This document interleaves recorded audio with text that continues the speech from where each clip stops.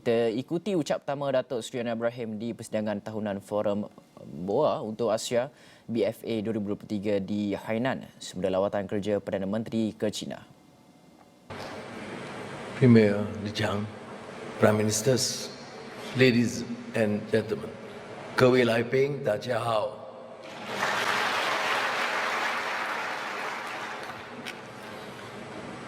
I would like to thank Mr. Li Baodong and the Chinese government for inviting me to attend and address this august gathering. My heartiest congratulations also to His Excellency Premier Li Qiang on his appointment as Premier of the State Council.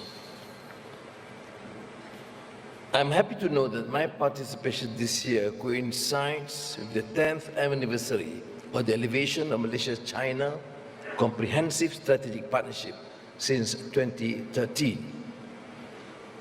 The theme, An Uncertain World, Solidarity and Cooperation for Development Amid Challenges, is most apt and relevant given the extraordinary ebb and flow of the state of geopolitics and power as well as geoeconomics which we now live in.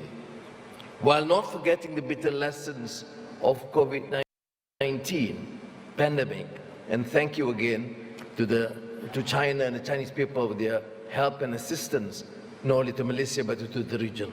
谢谢.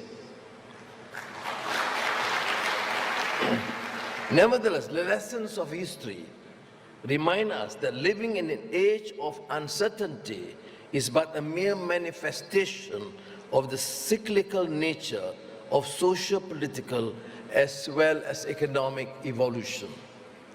The collapse of the Berlin Wall and the ensuing rapprochement signaled the end of the Cold War, but it led to grandiloquent proclamations about the end of history, namely assertions by the West about the triumph of liberal democracy and capitalism being the be-all and end-all for progress.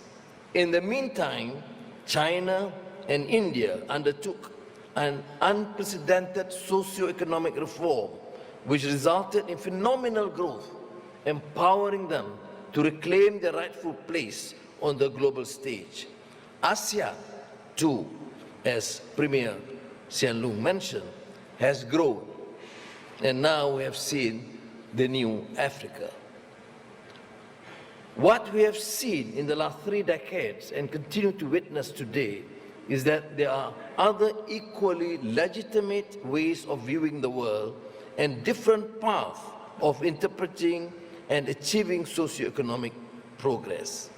China's socialism with Chinese characteristics, Chinese path to modernization, and President Xi Jinping's idea of a community of shared future for mankind are notable examples of this.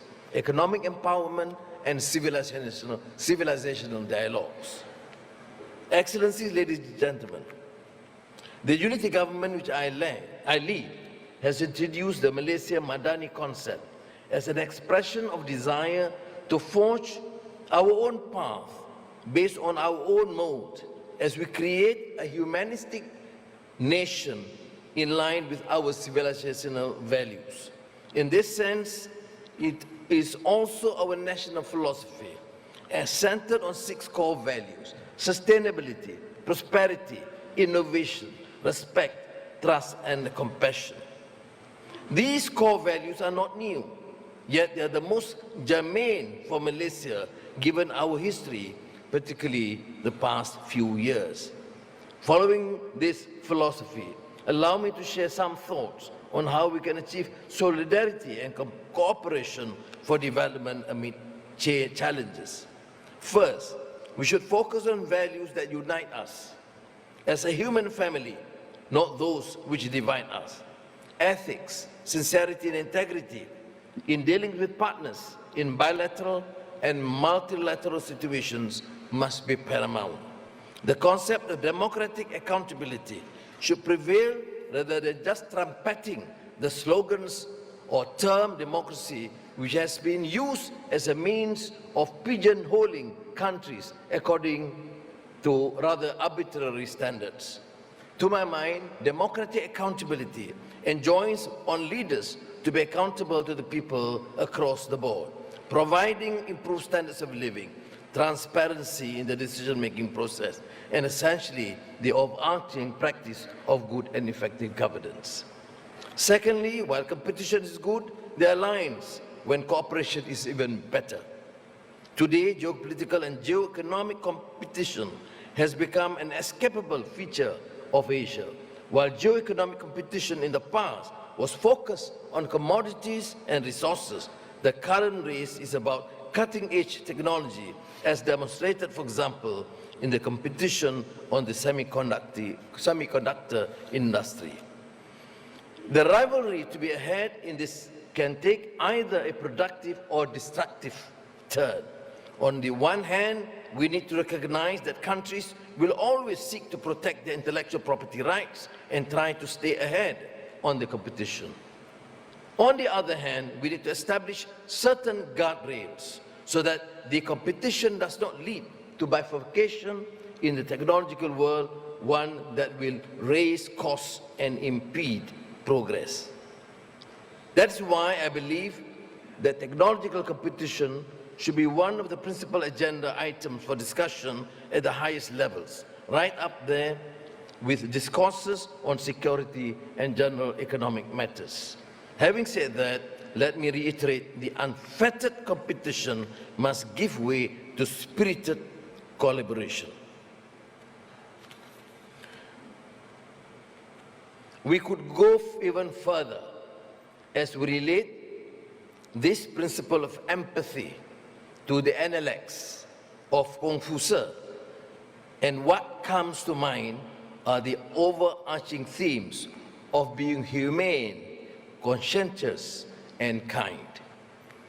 The Prophet of Islam said, the believers in their mutual kindness, compassion, and sympathy are just like one body. Thirdly, as we talk of uncertainties in relation among nations, geopolitical conflicts, and economic rivalry, let us not forget that the ordinary citizen with the burden of having to put food on the table and the tangible and pressing uncertainties faced. For the majority of the world's population, wages remain the main form of income. However, according to the ILO's Global Wage Report 2022-2023, wages and the purchasing power of households have dented considerably due to COVID-19 and global inflation. In the absence of adequate policy responses, the immediate future would witness a sharp fall in real incomes, a rise in inequality, which could fuel further social unrest. In the light of this, we should work closely together in the spirit of cooperation and solidarity, striving towards reducing inequality, promoting social justice, and enhancing standards of living for all. I commend you, Premier Li Qiang, and China for taking this bold initiative of continuing interaction and dialogues with countries. Translating lofty ideas into practical reality, solidarity and cooperation is best exemplified in the realization of the Belt and Road Initiative. With the pandemic behind us, we should try to gain or regain its momentum. In closing, I cannot overstress that if we continue to cooperate, speak in a unified voice, and exchange ideas on strategy and best policy practices, we can work together in an Asia that is stronger and more resilient. 谢谢。